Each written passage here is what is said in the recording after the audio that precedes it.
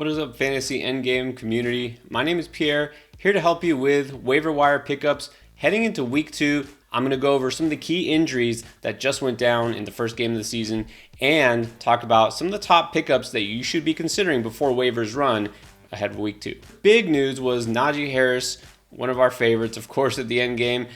Potential RB1, well, that might have taken a big blow because he left early. He did score a touchdown, wasn't doing a whole lot, but left early in the game, did not come back. So initially, some people were fearing there was something serious like a high ankle sprain, but we've heard from reporters, close to the Steelers, that it's not considered serious, kind of avoided, anything major. So that sounds good, but that doesn't mean that he's completely out of the woods. Doesn't mean that he is for sure going to play next week. He was seen wearing a walking boot after the game, and so it could be Jaylen Warren. That's right.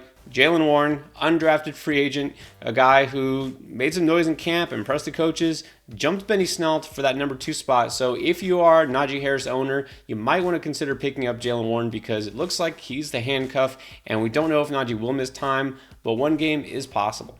And then Eli Mitchell of the 49ers should be a solid RB2. Well, you're going to be without him probably for a while. Right now, the earlier reports are it could be MCL. Again, nothing official from the clubs. They don't tell us anything on Sunday. We'll wait till Monday, sometimes even Tuesday, until the last minute.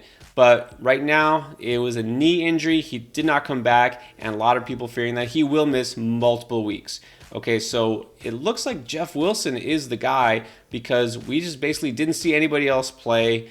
Ty Davis Price, it'll be interesting to see. He wasn't even active for week 1. Maybe they will have to activate him for week 2, or maybe they'll go with Jordan Mason, another undrafted free agent guy who was impressive in camp.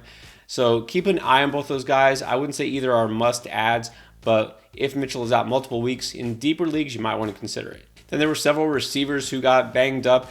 First of all, Keenan Allen, hamstring, and he had a couple issues last year, especially late in the season.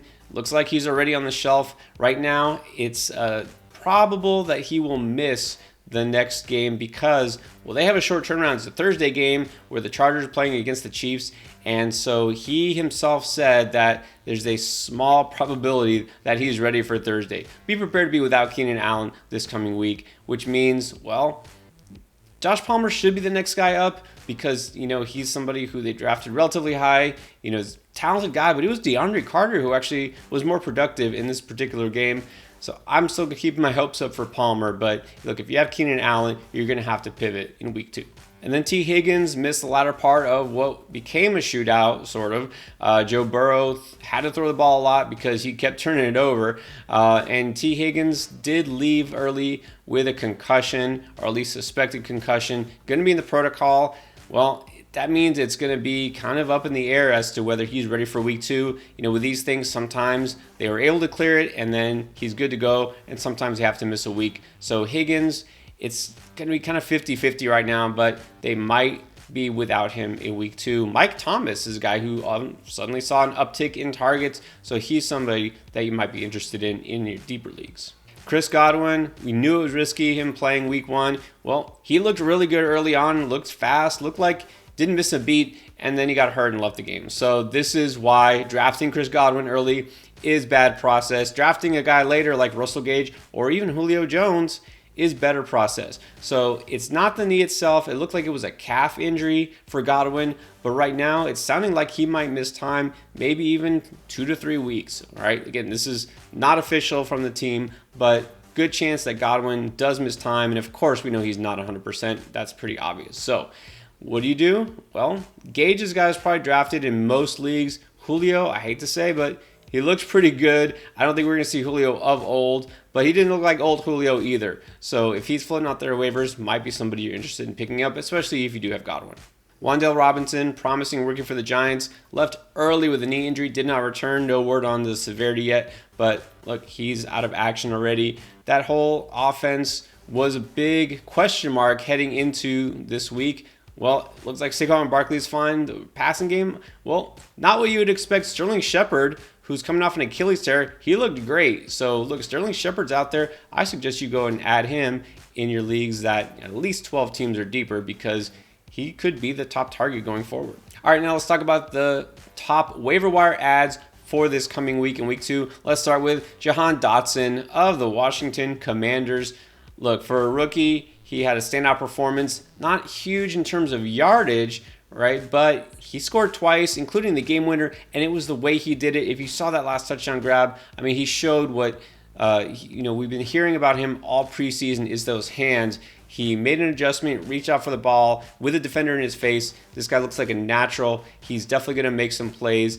And with Terry McLaurin drawing attention to the other side, and Carson Wentz, look, he did pretty well today. I know it was against the Jaguars, but he's at least a capable quarterback. I think Dotson could definitely make some big plays down the stretch. So he's my top priority waiver add this week. And then another receiver who just gets no love because I guess he's not flashy enough, but that's Jarvis Landry now with the Saints. Look, everyone's talking about Michael Thomas. Yeah, he scored twice. That's great. But you know what? Jarvis Landry doubled his yardage, went for 114. He's top 10 in receiving as of right now. So Landry is a guy I think is going to lead this team in targets, receptions, and yardage. Touchdowns, I'm not sure. He will get his eventually. But look, Landry is a guy who's always been reliable. He's got a quarterback who isn't afraid to throw it in there. Jameis Winston looks pretty good too. So Landry is a guy that you can depend on, I think, especially in full PPR leagues, super high floor.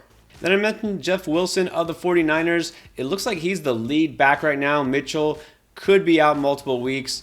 Jeff Wilson, again, not a guy who's jumping off the page with athleticism, but he's going to be the number one running back in an offense that is going to want to run the ball. Now, you might be a little concerned if you notice the box score. The leading rusher was actually Trey Lance. No big surprise there. And then it was Deebo Samuel. Wilson was third on the team in carries, after Mitchell went out.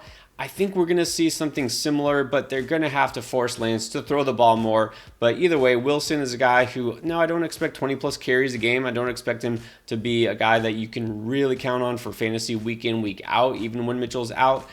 But he does have touchdown upside, and he's technically the RB1 for this team, so he's definitely worth adding. And then here's a surprise, a running back in Tennessee, but not Derrick Henry, is his backup, Dontrell Hilliard, but he played more than just a backup emergency role, change of pace thing. He was a pass-catching back that they used in the passing game, and it led to 2 touchdowns for Hilliard. Now, he's not the guy who's going to be scoring touchdowns every single week, but he's definitely part of this passing game. We know that's one of his strengths, and he is also the backup to Derrick Henry. So technically, if Henry does go down, we're talking about a high-end handcuff here. Hilliard didn't really impress last year. It was more like Deontay Foreman and guys like that stepping up.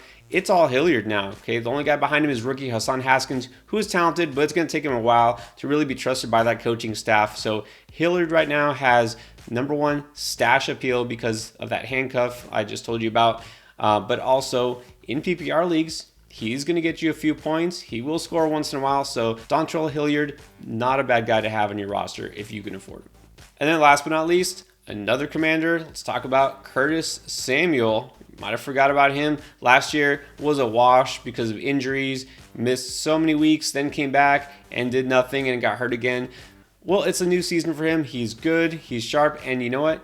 He was actually the guy who's leading the way in terms of receiving for the Commanders, not McLaurin or Dotson, although fantasy point-wise, Dotson did outpace him. But Curtis Samuel is a guy who had 11 targets and 8 catches on the day. He also scored a touchdown, and he got involved as a runner because we know that's something he can do. He's that dual threat guy. He carried the ball 4 times. I think he's the one who, while Brian Robinson is out, is going to kind of help fill that void. So if something does happen to Gibson, like he fumbles, which he's known to do, or he gets injured, we're going to see a lot more even of Curtis Samuel. Curtis Samuel is a guy who definitely is going to have some appeal in fantasy leagues. Hopefully this helped you with your waiver wire ads for this coming week. Guys, don't forget, we're here to help you with everything. If you want to know more on start sit advice, trade advice, anything else, check out our week 2 playlist and all of our videos that are here to help you win.